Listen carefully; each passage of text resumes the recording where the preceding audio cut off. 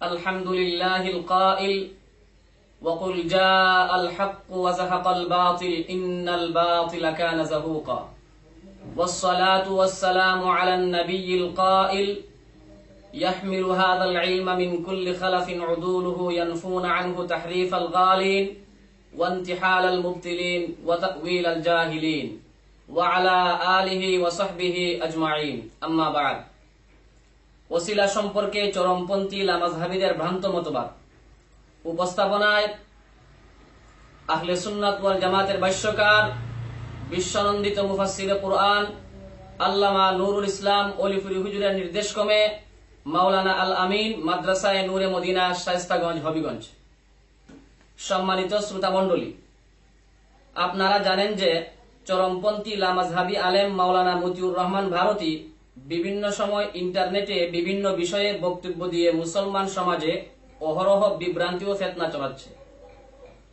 সে তার এক বক্তব্যে দেওবন্দীগণের আকীদার কথা আলোচনা করতে গিয়ে বলে, দেওবন্দীগণের আরেকটি শিরকি ও কুফরি আকীদা হচ্ছে নবী রাসূল ও নেককার ওলিগণের ওসিলায় দোয়া করা। অতঃপর মতিউর রহমান ভারতী বলে, নবী রাসূল ও নেককার ওলিগণের ওসিলায় দোয়া করার ব্যাপারে দেওবন্দীগণের উক্ত আকীদা হচ্ছে শিরকি ও কুফরি আকীদা, যা নাজায়েজ ও হারাম। প্রিয় হাজিরিন, মতিউর রহমান ভারতী সে তার উপরোক্ত বক্তব্য দ্বারা দেওবন্দী হক্কানি উলামায়ে কেরামের বিরুদ্ধে যে জঘন্যতম কটু মন্তব্য করার দুঃসাহস দেখিয়েছে, তার এই ভ্রান্ত বক্তব্যের জবাব দেওয়ার পূর্বে নবী রাসূলগণ ও নেককার ওলিদের ওসিলা দিয়ে দোয়া করার ব্যাপারে কুরআন সুন্নাহর আলোকে কিছু পূর্বকথা জেনে রাখা একান্ত প্রয়োজন। আর তা হচ্ছে, দোয়ার মধ্যে সর্বমোট 3 প্রকার ওসিলা গ্রহণ করা যেতে পারে। 1. কোন নেক আমলের ওসিলা দিয়ে দোয়া করা, সেটা নিজের নেক আমল হোক অথবা অন্যের নেক আমল হোক। 2. কোন জীবিত নেককার বান্দার ওসিলা দিয়ে দোয়া করা। 3. কোন মৃত নেককার বান্দার ওসিলায় দোয়া করা। আহলে সুন্নাত ওয়াল জামাতের মতে উপরোক্ত 3 প্রকার ওসিলাই জায়েজ ও মুস্তাহাব। তাই নিম্নে সংক্ষেপে পৃথক পৃথক ভাবে সকল প্রকার ওসিলার দলিল পেশ করা হলো। প্রথম প্রকার, অর্থাৎ কোন নেক আমলের ওসিলা দিয়ে দোয়া করার বৈধতার দলিল। 1 নাম্বার দলিল, পবিত্র কুরআনে আল্লাহ বলেন, ইয়া আইয়ুহাল্লাযীনা আমানুত্তাকুল্লাহা ওয়াবতাগু ইলাইহিল ওয়াসিলা, সূরা মায়েদা আয়াত নম্বর 35।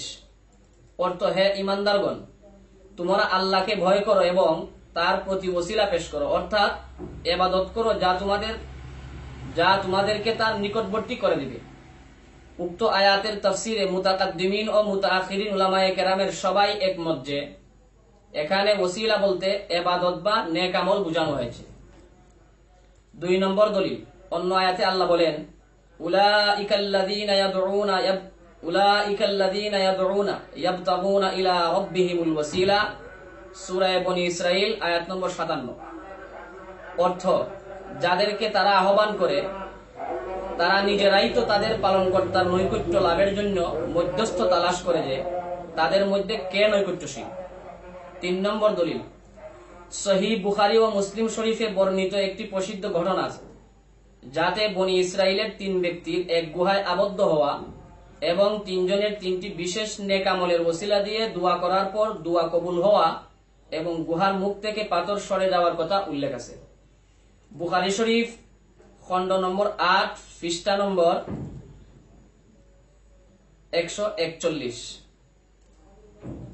সারসংক্ষেপ, উপরে বর্ণিত 2টি আয়াত এবং সহিহ বুখারী ও মুসলিম শরীফে বর্ণিত সুদীর্ঘ এক হাদিসের দ্বারা প্রমাণ হয়ে গেল যে বান্দা তার নেক আমলের ওসিলা দিয়ে নিঃসন্দেহে দোয়া করতে পারে। কুরআন ও হাদিসের মাপকাঠিতে এতে কোনো প্রকারের বাধা নিষেধ নেই। দ্বিতীয় প্রকার, অর্থাৎ কোন জীবিত নেককার বান্দার ওসিলা দিয়ে দোয়া করার বৈধতার দলিল। 1 নাম্বার দলিল, রাসূলুল্লাহ সাল্লাল্লাহু আলাইহি ওয়াসাল্লাম এক অন্ধ ব্যক্তিকে তার ওসিলা দিয়ে দোয়া করতে শিক্ষা দিয়েছেন। অতঃপর এ ব্যক্তি এভাবে দোয়া করায় তার চোখ ভালো হয়ে যায়। হাদিসটি মুসনাদে আহমদ, নাসাই, তিরমিজি ও ইবনে মাজাহ সহিহ সনদে বর্ণিত আছে। হাদিসটি হচ্ছে, عن عثمان بن حنيف أن رجلا ضريرا أتى النبي صلى الله عليه وسلم فقال يا نبي الله ادعو الله أن يعافيني فقال إن شئت أخرت ذلك فهو أفضل لآخرتي।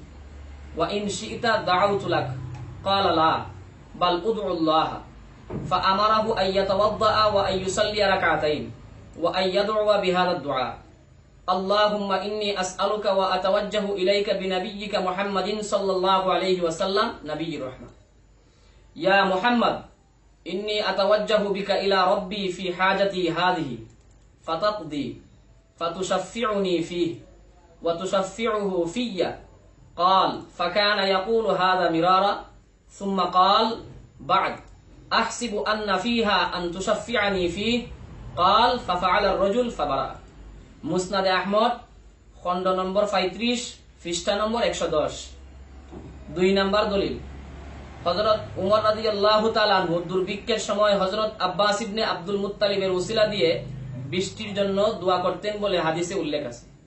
হাদিসটি হচ্ছে عن أنس بن مالك رضي الله تعالى عنه أن عمر بن الخطاب رضي الله تعالى عنه كان إذا قحط استسقى بالعباس بن عبد المطلب فقال اللهم إنا كنا نتوسل إليك بنبينا فتسقينا وإنا نتوسل إليك بعم نبينا فاسقنا قال فيسقون সহিহ বুখারী শরীফ খণ্ড নম্বর 4 পৃষ্ঠা নম্বর 99। উল্লেখ্য যে আহলে হাদিসের ইমাম শাওকানি উপরোক্ত হাদিসের ব্যাখ্যায় লিখেন ওয়া ইউস্তাফাদু মিন কিসসাতিল আব্বাস ইস্তিহবাবুল ইস্তিশফা বিআহলিল খাইরি ওয়াস সালাহ ওয়া আহলি বাইতিন নবুওয়া নাইলুল আওতার খণ্ড নম্বর 4 পৃষ্ঠা নম্বর 9। আব্বাস রাদিয়াল্লাহু তাআলা আনহুর উক্ত হাদিসে বর্ণিত ঘটনা থেকে একথার প্রমাণ পাওয়া যায় যে নবী পরিবার ও নেককার অলিগণের ওসিলা দিয়ে সুপারিশ চাওয়া ও দোয়া করা উভয়টাই জায়েজ। তৃতীয় প্রকার ওসিলা অর্থাৎ মৃত নেককার নবী ও অলির ওসিলায় দোয়া করার বৈধতার দলিল। 1 নম্বর দলিল মহান আল্লাহ তাআলা বলেন ওয়ালাম্মা জাআহুম কিতাবুম মিন ইনদিল্লাহি মুসাদ্দিকাল লিমা মাআহুম ওয়া কানু মিন ক্বাবলু ইস্তাফতিহুনা আলাল্লাযিনা কাফারু সূরা বাকারা আয়াত নম্বর 99। এই আয়াতে রাসূল করিম সাল্লাল্লাহু আলাইহি ওয়াসাল্লামকে নবী রূপে প্রেরণ করার পূর্বেই ইহুদিরা তার ওসিলায় মুশরিকদের বিরুদ্ধে সফলতা ও সাহায্য লাভের দোয়া করতে বলে কুরআনে উল্লেখ করা হয়েছে এবং ইসলামও এই পদ্ধতিকে নিষেধ করেনি। সুতরাং এই আয়াতের দ্বারা সাব্যস্ত হলো যে রাসূলের ওসিলা দিয়ে দোয়া করার ব্যাপারটা তার দুনিয়ার জীবনের সাথে সীমাবদ্ধ নয়।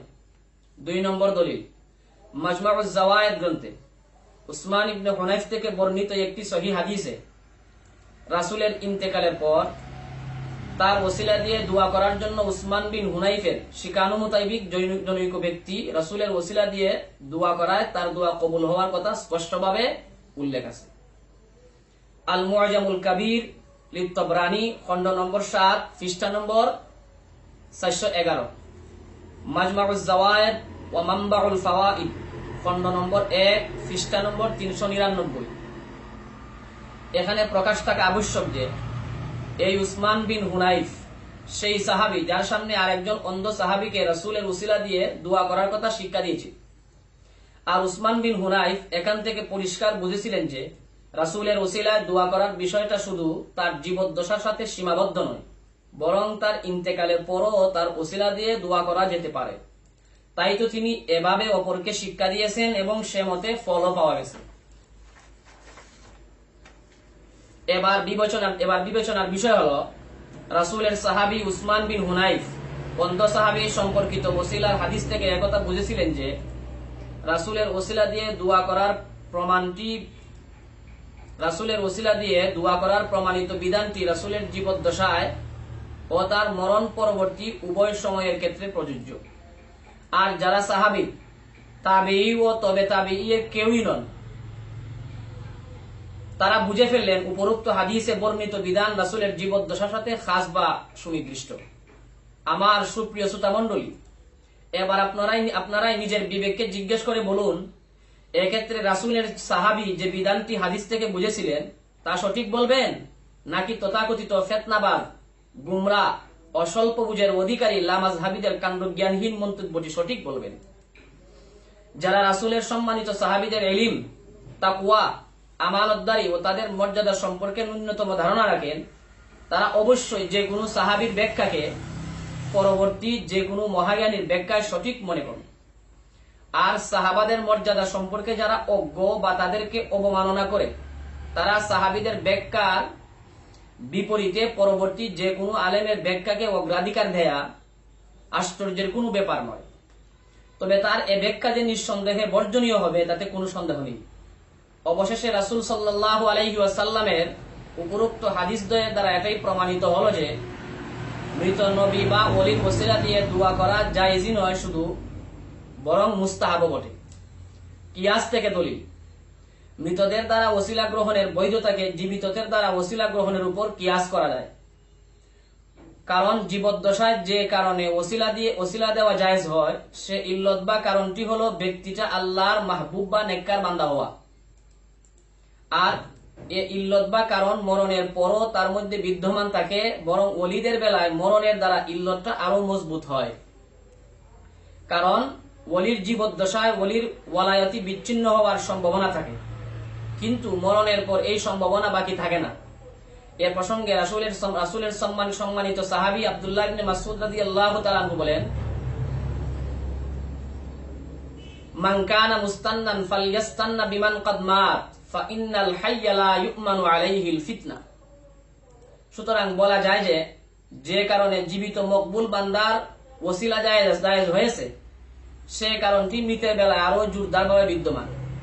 কাজেই মৃত নেককার বান্দার ওসিলা দিয়ে দোয়া করা আরো উত্তমভাবে জায়েজ। মোট কথা, দোয়ায় ওসিলা গ্রহণের মূল কারণ ব্যক্তির জীবন অথবা মৃতের উপর নয়, বরং তার কোনো আমলের উপর নির্ভরশীল। আর এটা জীবিতদের চেয়ে মৃতদের বেলায় অধিক শক্তিশালী।